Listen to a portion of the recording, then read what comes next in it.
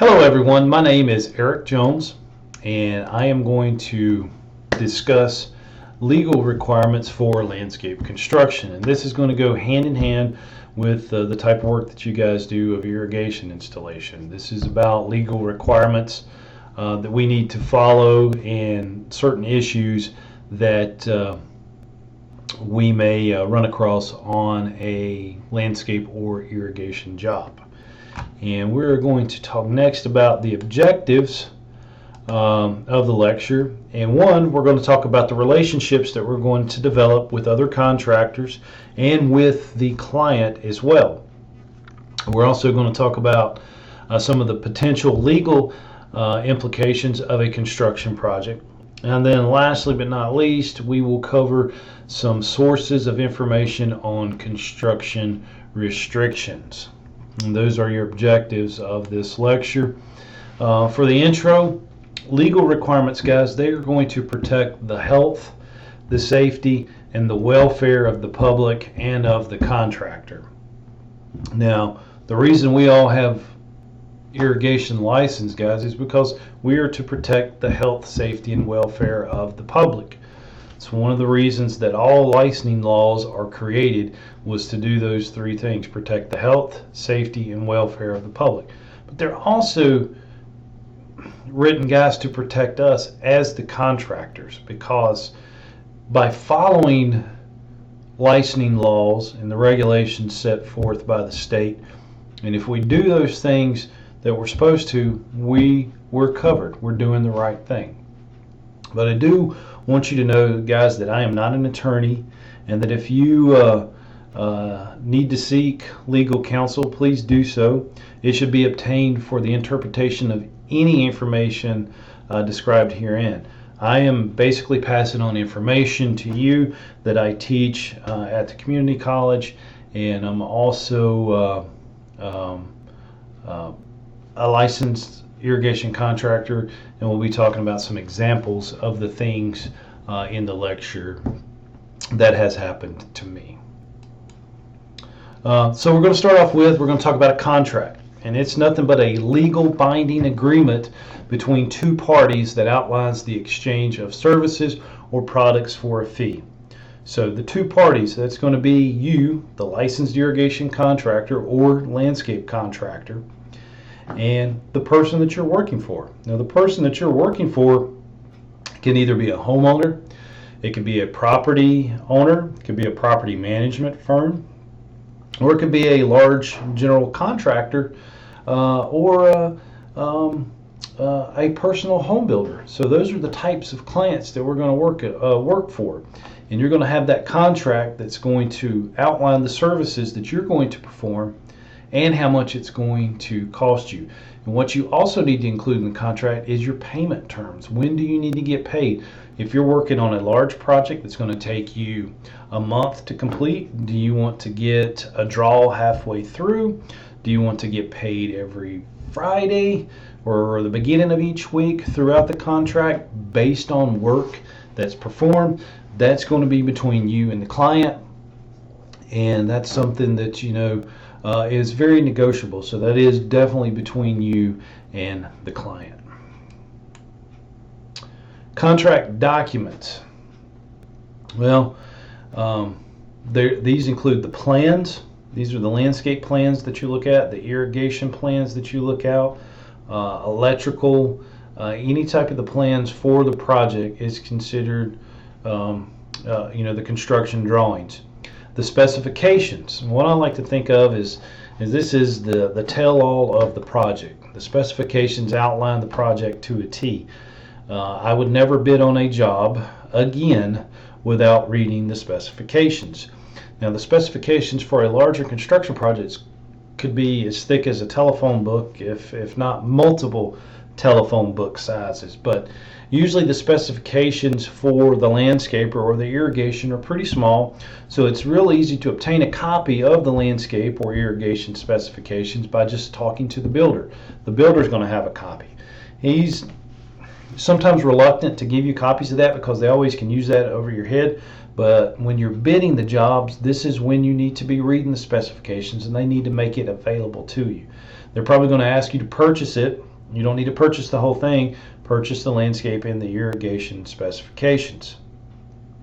And then there's going to be other related documents that are going to be used to guide you during the construction of a project. Now, I do want to talk a little bit more about specifications. From personal experience with the specifications, we bid on a job and was awarded a job for a local university in Greensboro. We did the landscaping and irrigation for a new building on campus. We were doing landscaping, we were doing irrigation, we were doing grass pavers for fire trucks to roll over. We sowed a bunch of new seeded areas. We laid sod.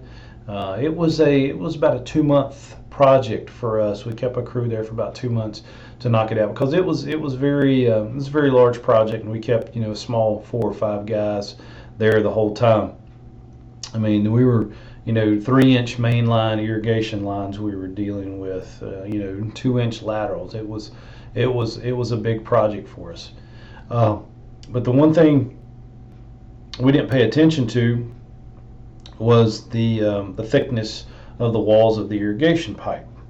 We were to be using Schedule 40 throughout the whole project, and we did have it for the larger pipe, but we used the PSR 200 for the smaller lateral lines of 1 inch. And the superintendent came by and actually saw that we didn't have the Schedule 40 1-inch pipe and asked that we go and change it out. Well, luckily we didn't have it installed in the ground.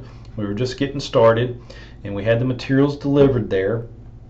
As you guys know me from other lectures, I like making sure that materials are on site, and he saw that we had the PSR 200, and so we had to exchange it. Not a big deal.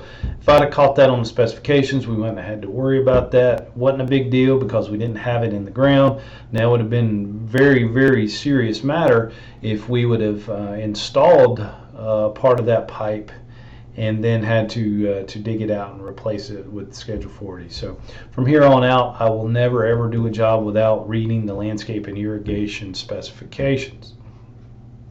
Also got another example of a good friend of mine who worked for a company that traveled as well doing landscape jobs. They were installing a bunch of trees in North Carolina.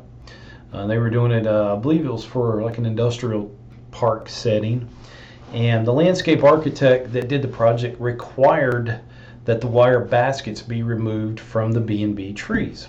Now, I'm not going to get on the pros and cons of that or any of that. That's almost arguing with somebody about whether to bag grass or not to bag grass. But I recommend removing the wire baskets, and so did my good friend, and so did his boss. But the landscape architect thought different and wanted the wire baskets removed from the B&B trees. I forget how many trees were on there, but it was like a week-long project for my friend and his crew planting these trees. Well, they planted the trees, left the wire baskets on the trees, and then the landscape architect came by and did an inspection and brought his shovel, scraped back the mulch, dug a little bit around it, and saw some wire baskets bent over top of over the ball, and asked, did you guys not remove the wire baskets? Well, they did not. They admitted it and said, no, we left the wire baskets on it. And he's like, well, if you'd have read the specifications that I wrote along with my plans, it would have told you to remove all wire baskets. Well, needless to say, they had to dig up every tree and remove the wire basket. And guys, this isn't the only case of that happening. It happens a lot. I hear about it all the time. Guys not removing the basket or removing the basket when it was required to leave it on there. So you've got to read those specifications and make sure you're following the guidelines. And I've always told people, if you disagree with the specifications, call the architect, talk to him about it. Talk to the homeowner and explain to you why you believe you should leave the wire basket on, because ultimately it's up to the homeowner or the property owner. They're the ones paying the bill. They're paying the designer. They're paying you to install it. So sometimes you may just have to talk to it. But there again, they're the landscape architects acting on behalf of the owner.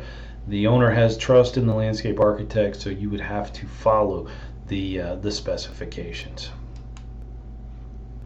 Codes. These are building codes, electrical codes, plumbing codes. Being irrigation, we're concerned about both electrical and plumbing when it comes to installing our backflows and everything. But the codes are a simple, well, not simple, they are a complex guidelines and rules for proper installation of building improvements. Well, on a landscape plan, on an irrigation plan, you're going to see details of the backflow, how to get that installed. I know some of you guys are probably already limited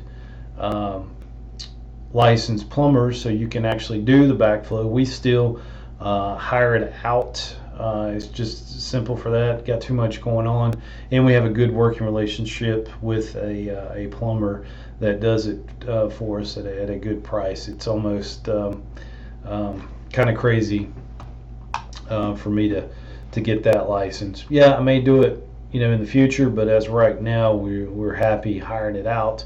But all these codes can affect us. Especially where we're doing large commercial jobs where we may be butting heads with some of these guys and actually have to work with them on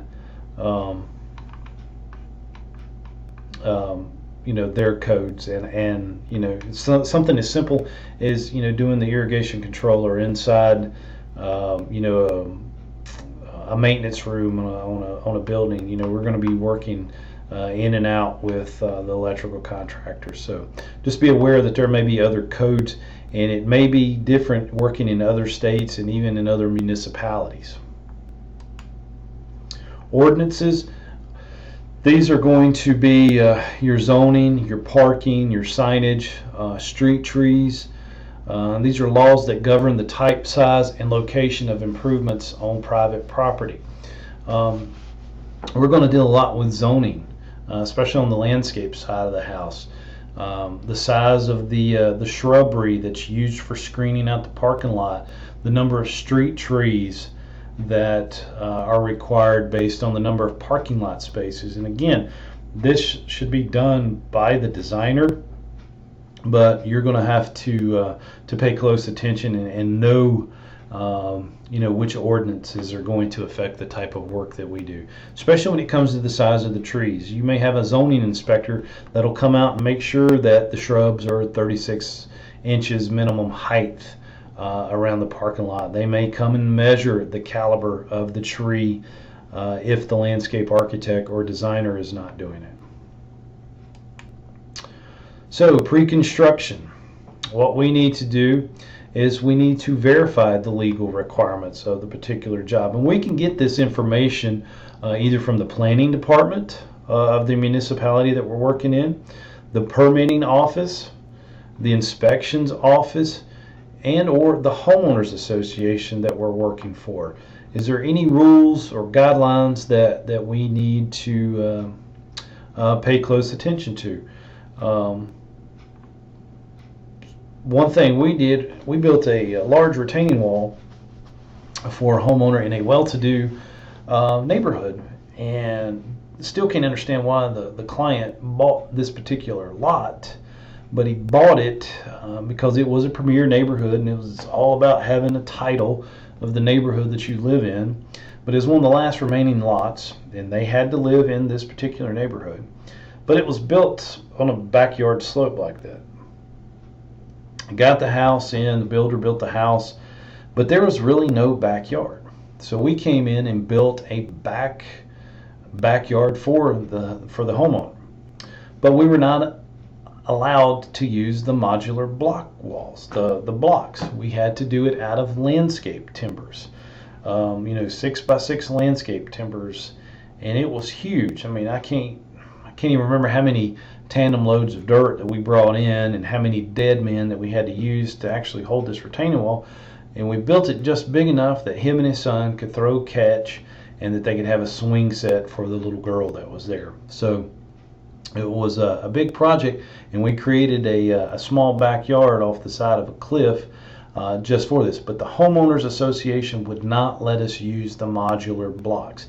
It had to be out of the landscape timbers. So we had to check, and that's something that we as the builders of the wall had to check. The homeowner would have never known. Contractor-client relationship. All right, these are ways that we can obtain landscape or irrigation work. We can do it through direct procurement, competitive negotiation, or competitive bidding. My favorite, probably the favorite of all of you guys too, is direct procurement. And that is basically word of mouth. The client called you because you're the best licensed irrigation contractor in the state of North Carolina. They don't care that you charge twice as much as your bidders. They just love you. They've hired you directly. Competitive negotiation is a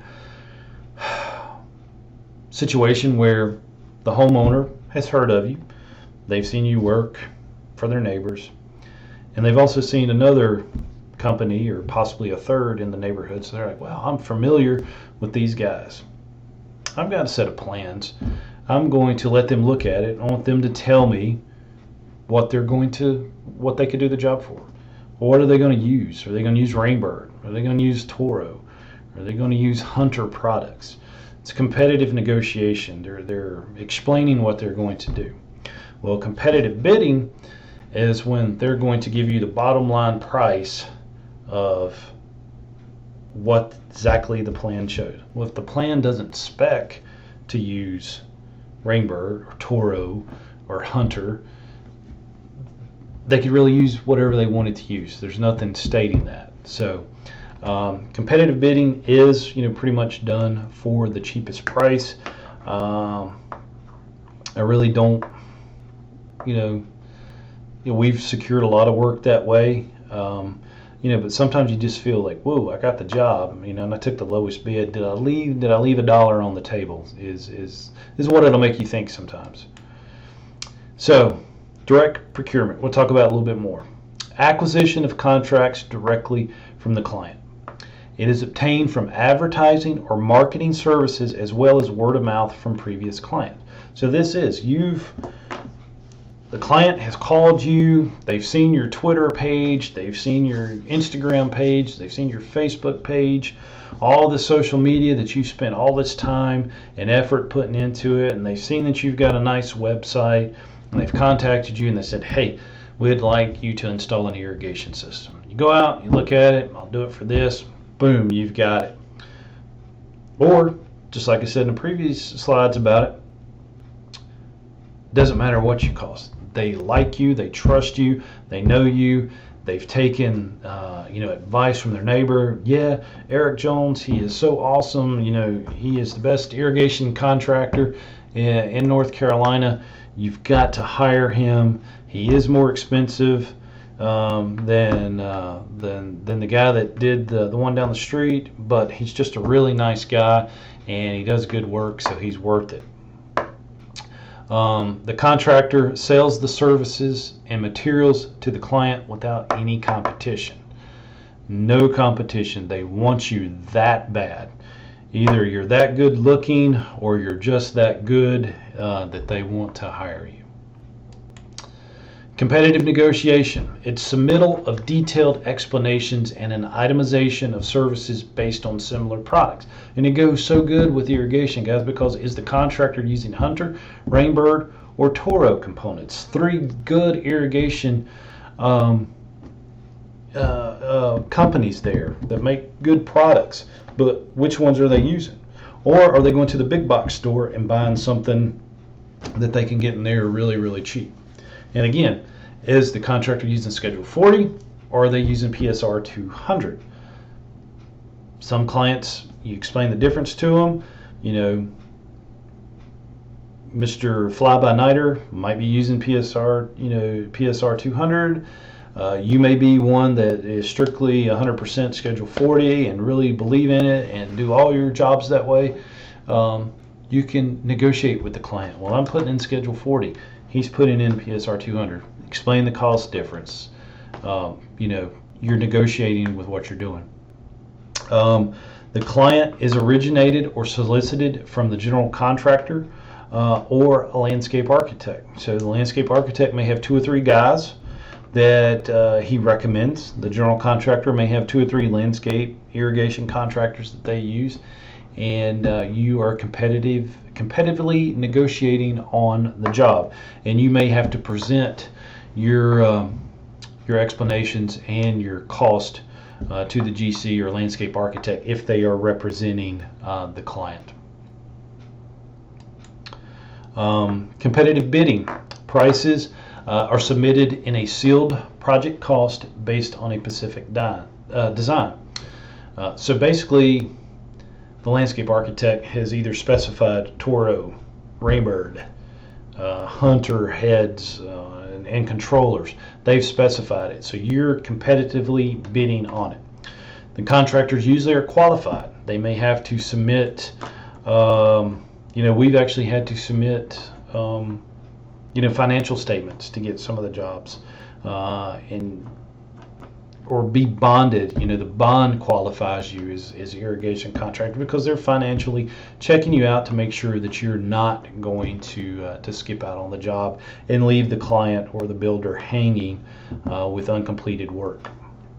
The contractor is selected on the lowest bid. Again, sometimes that's if you get the job, you're like, that burn it. Did I leave something? You go back, double check. No, I think I'm covered. And it could be that some people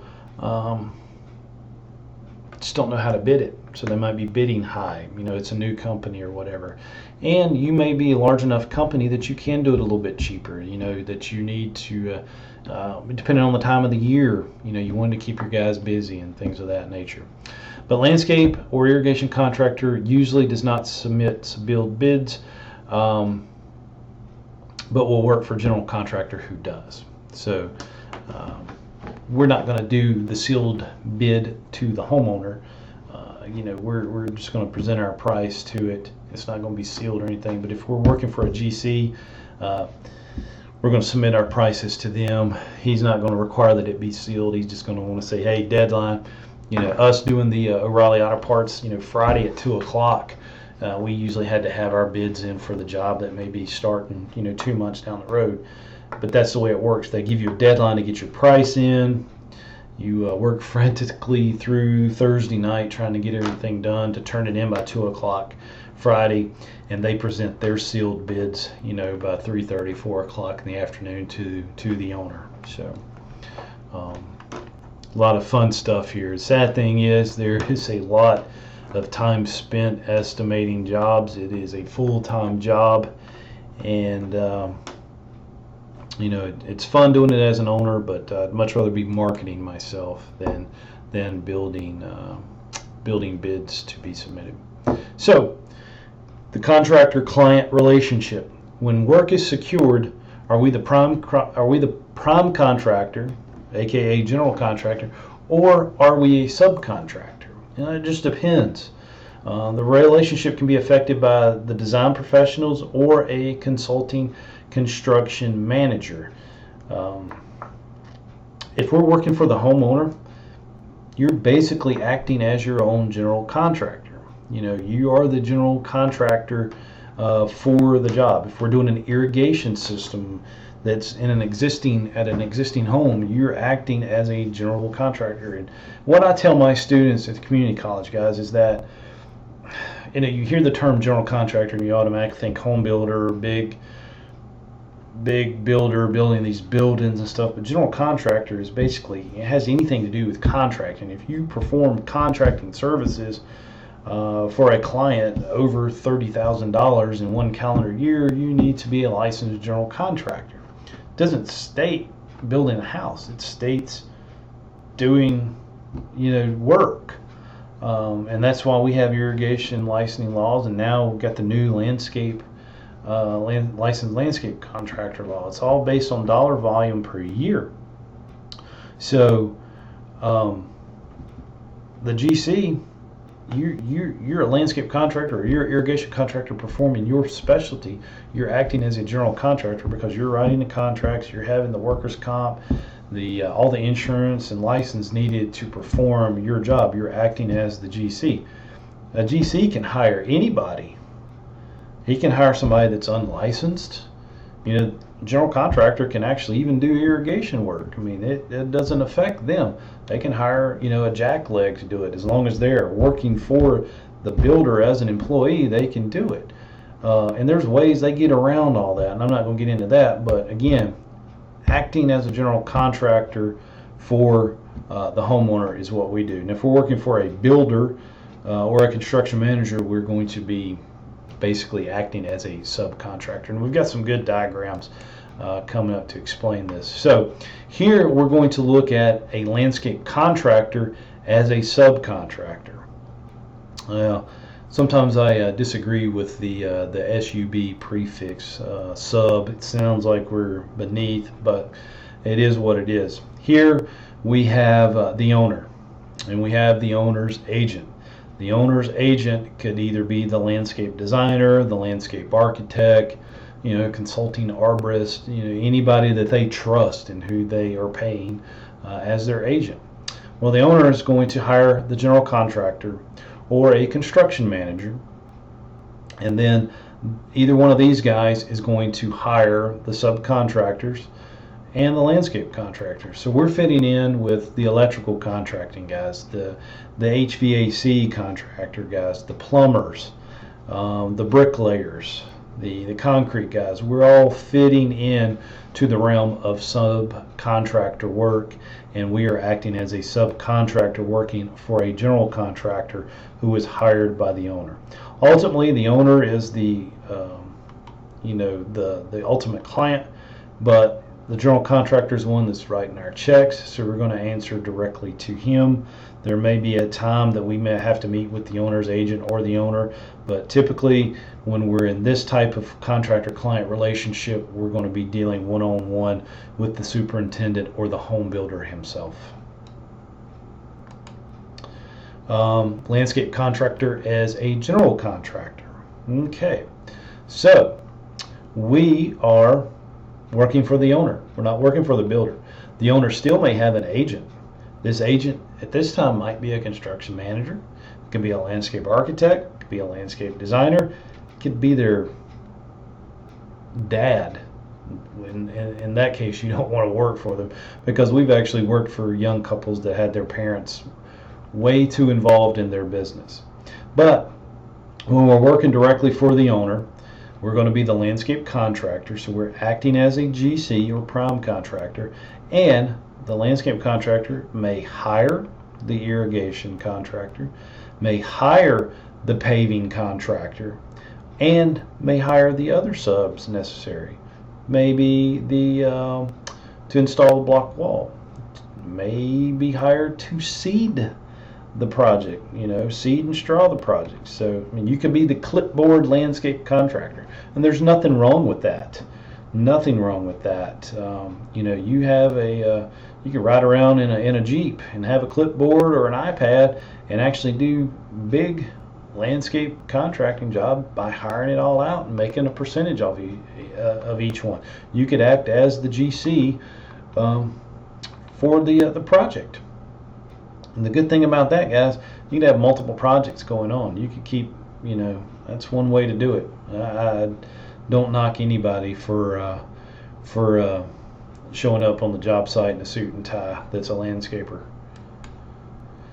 Now, the landscape contractor as one of several general contractors. Now this is cool, and I'll go back to the instance where we did the large project for the college in Greensboro. The owner, we were working for the college, and before we get into this chart, let's talk about how we did it in Greensboro. We did we were a sub of the builder, don't get me wrong, but there was 3 prime contractors on the job. There was the builder, there was the HVAC, and then there was the electrical. Well, underneath the builder was us, of course, the painters, the sheetrockers, the concrete guys, and even the plumber. They had 3 prime contracts: builder, HVAC, and electrical. Well, as you look here at this chart, we have the owner, and again, they will more than likely always be an owner's agent. And a lot of the landscape architecture firms are always doing that. They're offering their construction management services to be the agent of the owner to see that the project gets installed to the plans. But the owner has hired a builder, has hired an electrician, and has hired a landscape contractor. So we're not actually working for the builder this time. We're actually working directly for the owner, just like the electrician. And you won't see this on a home, new home construction. You're going to see this on a large commercial, it could be a large factory that's being built that has multiple acres of grass and landscaped areas, or it could be a business park, or it could even be just a large project. You're not going to see it on new home construction. On new home construction, we're going to be working for the builder. But with this, and what the owner can do is hire the builder to build the actual building. They hire the electrician to do all the electrical work inside the building that the builder built, but he's also doing the parking lot lighting, the lighting if it is like a big business park, or even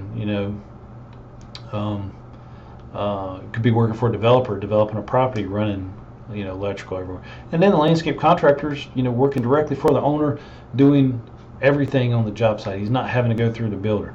The good thing about this guy's right here, go knock on his door to get paid, because a lot of times come Friday afternoon, you're not going to find this guy if you need to get paid. And hopefully you're not one of these contractors that has to get paid every week. You're strong enough that you can make payroll on Friday without having to borrow from Peter to pay Paul kind of thing. My accountant's always said you can run 2 years on negative cash flow, and at the end of 2 years it catches up with you. Trust me, been there, done that, and he's right. You can get by with it for 2 years, but then it's going to come tumbling down, and you've got to find money quick. But I did step away from my parents' business for about 6 years before deciding to teach, and I did build homes. Was a unlimited licensed home builder. Did some nice specs and got to do some good customs, and had some good clients. I was really blessed to do that, and then the market fell, and kind of got out of that before all the bad stuff hit. But I would have subcontractors that I trusted and that I liked. They were good fellas, but we got to be on such a good relationship that they knew that I was pretty much going to give them the work. So before I'd even call them, they would show up, and typically it would either be on a Wednesday night or a Thursday, and they would do just a little bit of work just to say that they got started. And then they would knock on my door Friday afternoon and say, "Eric, I started that job. Is there any way I can get a draw on it?" I'm like, "What, dude? I was there 90% of the time. I was a builder that was on site. I wasn't at the golf course. I was on the job site. And I didn't see you show up." "Well, I came. Yeah, they said you just left, and I dropped my tools off, and got everything set up. I'm really gonna get started Monday, but since I was there and got my stuff there, is there any way I can get a draw?" Man, but don't get me started. It happened, and it happened weekly. The GC, he is responsible for the entire project. He holds the prime construction contract with the client, and he may be the owner or the person doing the financing if it is speculative construction. This is where builders can get in trouble. Build too many spec houses, and this is where they start borrowing from Peter to pay Paul. And if you start going more than 30 days without getting paid, the builder might be in a little bit of trouble. So he's used the landscape draw money to finish up the job. He's got that last draw, and he's just paying, for the footers or the brick. You're gonna be waiting until he sells that house. So I'd much rather work for the builder that we know who's got the money, or who is working for the owner that's got the money. Now, we have a great working relationship still with the home builder who doesn't do any of the financing. He does have an investment company that he works for, and pretty much get the money before we start. It's a great relationship to have, and it doesn't hurt that him and Dad has known each other for years and years. So he's told us, I'm not going to hire you until the money's in the account for you guys to get paid. And he's working for an investment company that's building some spec homes, and they're building some nice ones. Subcontractor, they perform specialized work for a project. They seldom have the contract with the client. They're always going to work for the builder pretty much. And then there's that formal or informal relationship with the GC. Examples: formal and informal. Formal could be, I'd say, you're working for a builder that's new. You want to make sure the contracts and everything are, in order before you work with them. You want to make sure that the builder's got the money. And the same thing, you might be acting as the GC yourself, and you're hiring a sub. You want to make sure the sub's got their ducks in a row, that they have insurance, and everything's formal with a formal written contract.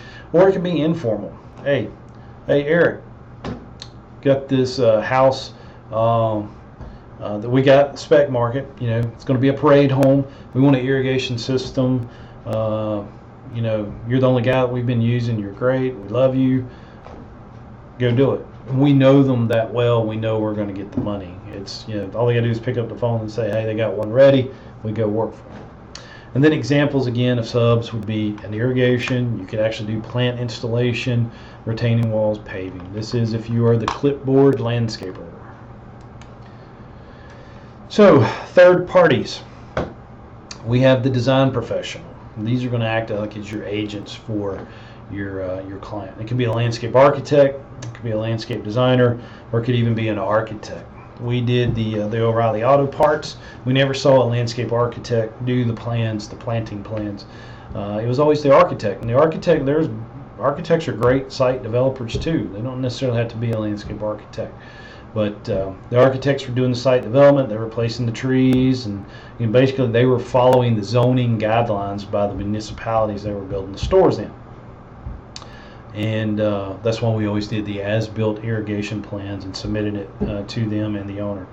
But the third party is the liaison between the GC and the client who conducts communications between the two parties. So you'll start seeing a lot of design firms offer construction management services as well. That way they get a little more moolah, and they make sure that the project's done right, and they make sure that the client's taken care of. So now we're going to talk about the construction manager.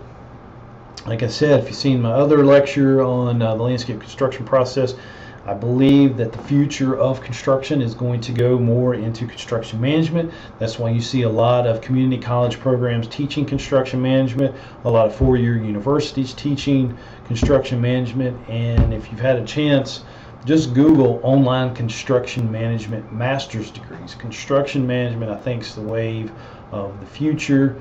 We're going to get away from this sealed bid thing. I think they're going to have everything out on the table, let the prices be known, and let the percentages of what you make be known. I think it's a win-win situation for everybody. But the construction manager is either a project management firm.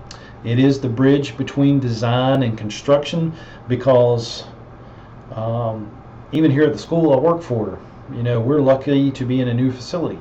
But I've seen firsthand the controversy between the architects and the builders that did the project. They almost don't want to speak, or when they do speak, it's in bad language that we don't like to hear. So construction management would bridge that gap between design and construction. And there's three types. There's design build, there's agency, and then there's that risk model that we will look at each here briefly. The DesignBuild construction manager.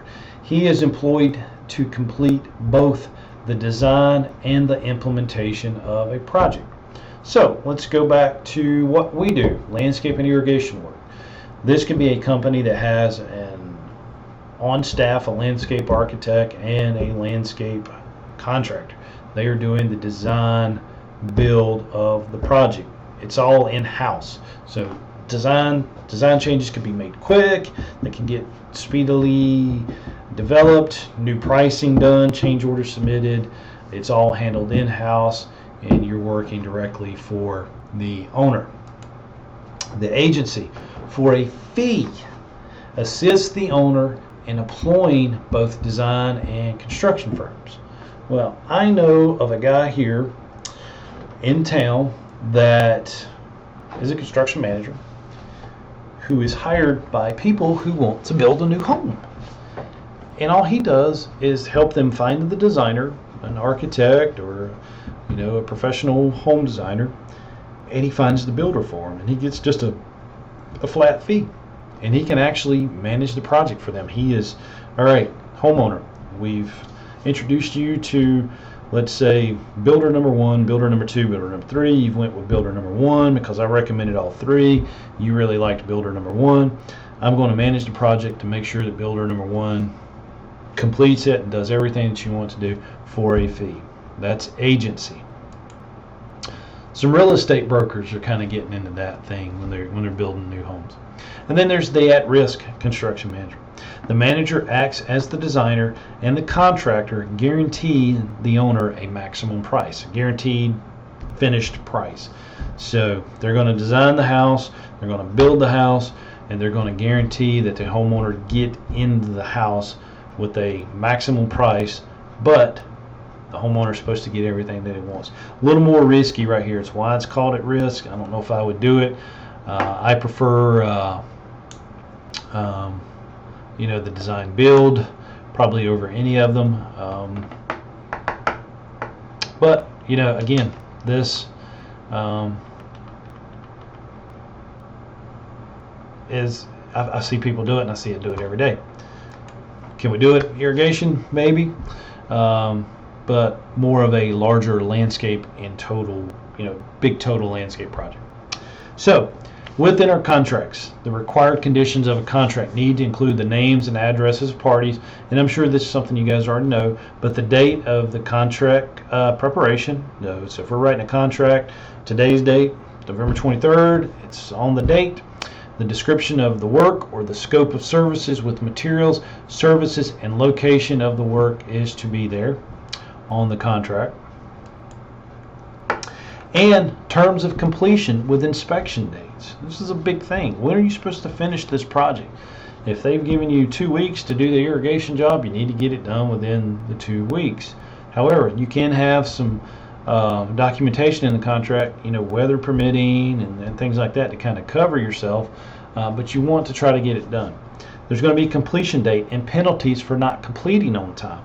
Now, I've seen it where large builders, and same place where I work at, the contractor wasn't finished. They are charged huge penalties per day that they're not finished.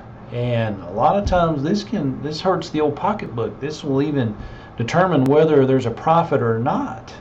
But when you're starting charged, being charged thousands of dollars a day for not to finish a project, and you were the cheapest low bidder who got the job, and you're only going to make a small percentage off of it, days lost due to non-completion, and at that time they may or not even care about the weather. It depends on the relationship that you have with the client again, or the client's agent. So that's why it always pays to really get to know each and everybody involved with the project. The terms of payment. We as the contractors want to know when we're going to get paid. And then of course we need to have the signatures of both parties with dates. Contract documents used to bid and construct large projects. These are going to include the following: the construction drawings or plans. This is what we figure the job for. We need to also get those inspection, which would be the specific technical instructions and general instructions. All that's going to be in your specifications book. And then we're going to get instructions for bidding. They're going to tell you exactly how to do it. The bids need to be sealed, turned in by Friday at 2 o'clock, or meet us at the office by 1 o'clock. All that's going to tell you how to bid the job. Then there's going to be the contracts for construction. 9 times out of 10, if you're working for a large builder, they're going to be the ones doing the contracts, not you. Provisions for change orders. How do you do the change orders? And then payment and completion documents. For me to get paid doing the O'Reilly's Auto Parts job through Creative Structures, I would have to fill out an application for payment by the 25th of the month prior to getting paid on the 30th of the next month. So if I didn't get my payment in on the 25th by a certain time, it went from 30 days to 60 days automatically. And the sad thing is, a lot of times we'd be working the last week of the month.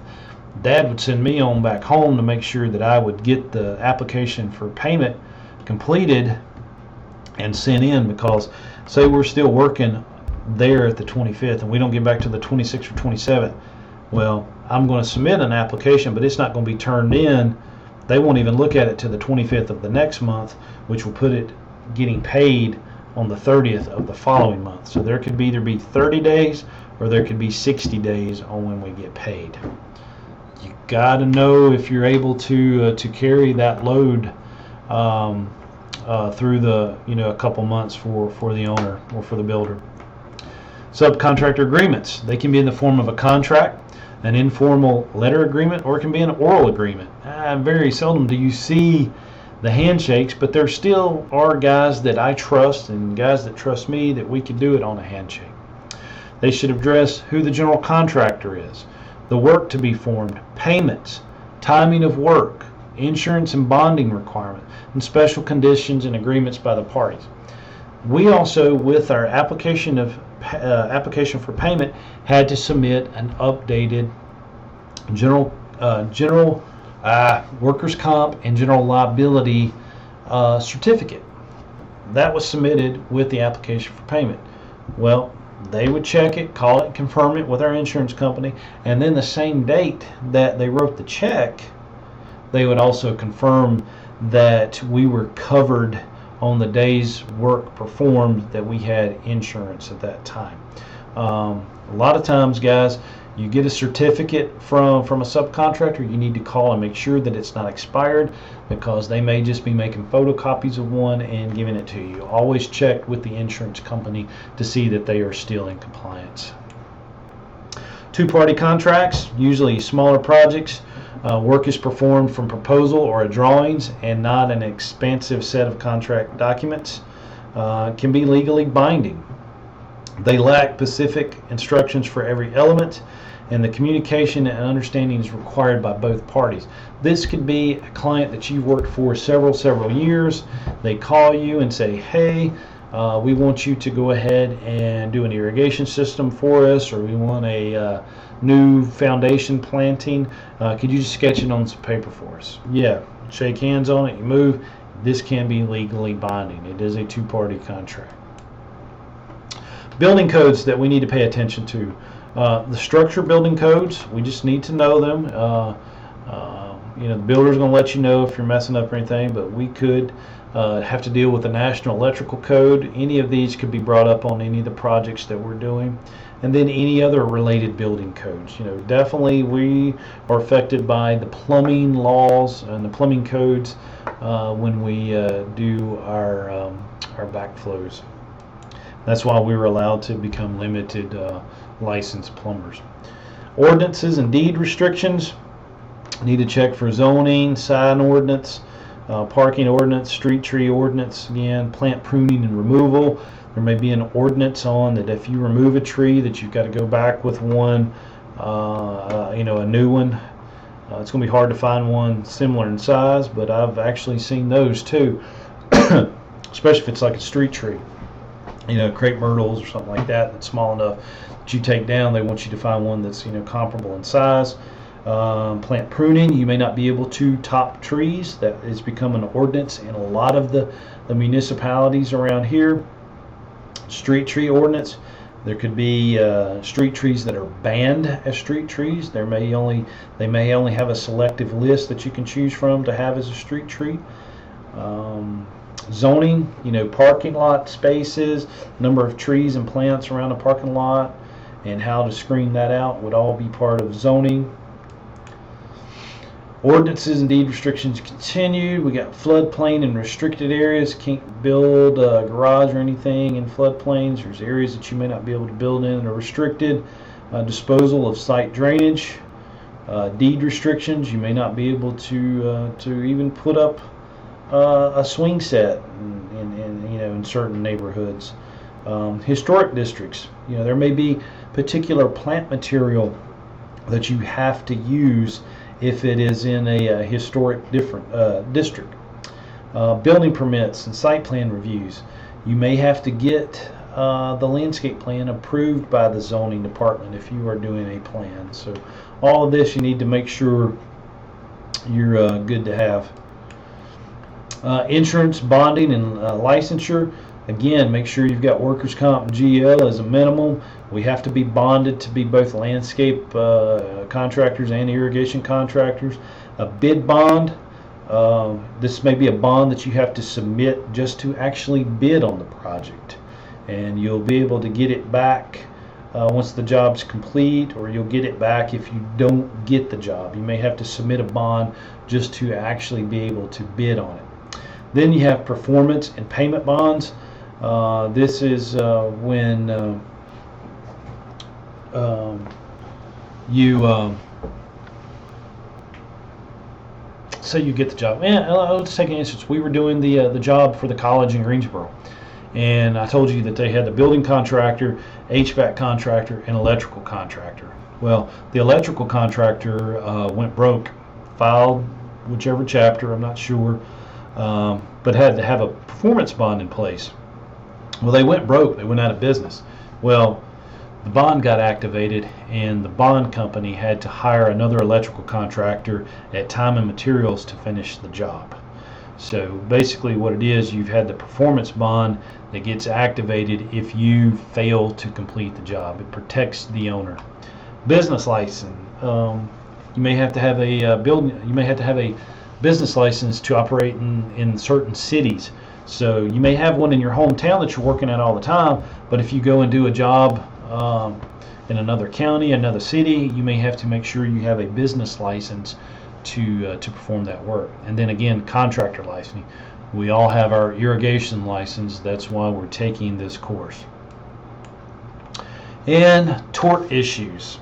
Trespassing. Well, how does this relate to us?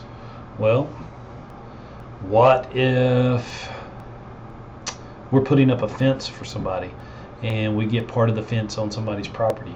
We're trespassing.